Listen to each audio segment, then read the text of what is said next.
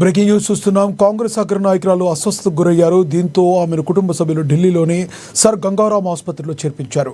ఆమెకు వైద్య పరీక్షలు చేసిన డాక్టర్లు ఆమె ఆరోగ్య పరిస్థితి నిలకడగా ఉందని వెల్లడించారు. ఆమె ఆరోగ్యాన్ని నిరంతరం పర్యవేక్షిస్తున్నామని, ఆందోళన చెందాల్సిన అవసరం లేదని వైద్యులు తెలిపారు. దేశ రాజధానిలో గత కొన్ని రోజుల నుంచి పొగమంచు కమ్మేస్తుంది. నగరంలో వాయు కాలుష్యం ప్రమాదకర స్థాయికి చేరుకుంది. ఈ కాలుష్య గాలి కారణంగానే ఆమె అనారోగ్యానికి గురైనట్లుగా సమాచారం.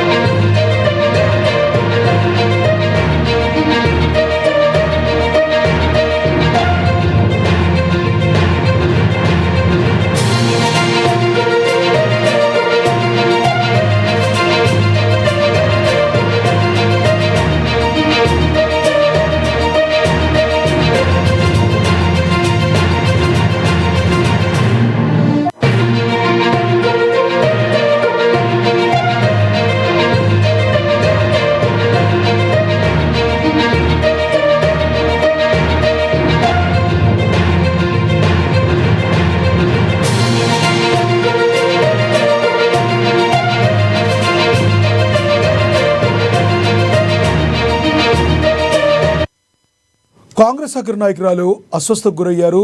దీంతో సోనియాను కుటుంబ సభ్యులు ఢిల్లీలోని సర్ గంగారాం ఆసుపత్రిలో చేర్పించారు. ఆమెకు వైద్య పరీక్షలు చేసిన డాక్టర్లు ఆమె ఆరోగ్య పరిస్థితి నిలకడగా ఉందని వెల్లడించారు. ఆరోగ్యాన్ని నిరంతరం పర్యవేక్షిస్తున్నామని, ఆందోళన చెందాల్సిన అవసరం లేదని వైద్యులు తెలిపారు. దేశ రాజధానిలో గత కొన్ని రోజుల నుంచి పొగమంచు కమ్మేస్తుంది. నగరంలో వాయు కాలుష్యం ప్రమాదకర స్థాయికి చేరుకుంది. ఈ కాలుష్యం గాలి కారణంగానే ఆమె అనారోగ్యానికి గురైనట్లుగా సమాచారం.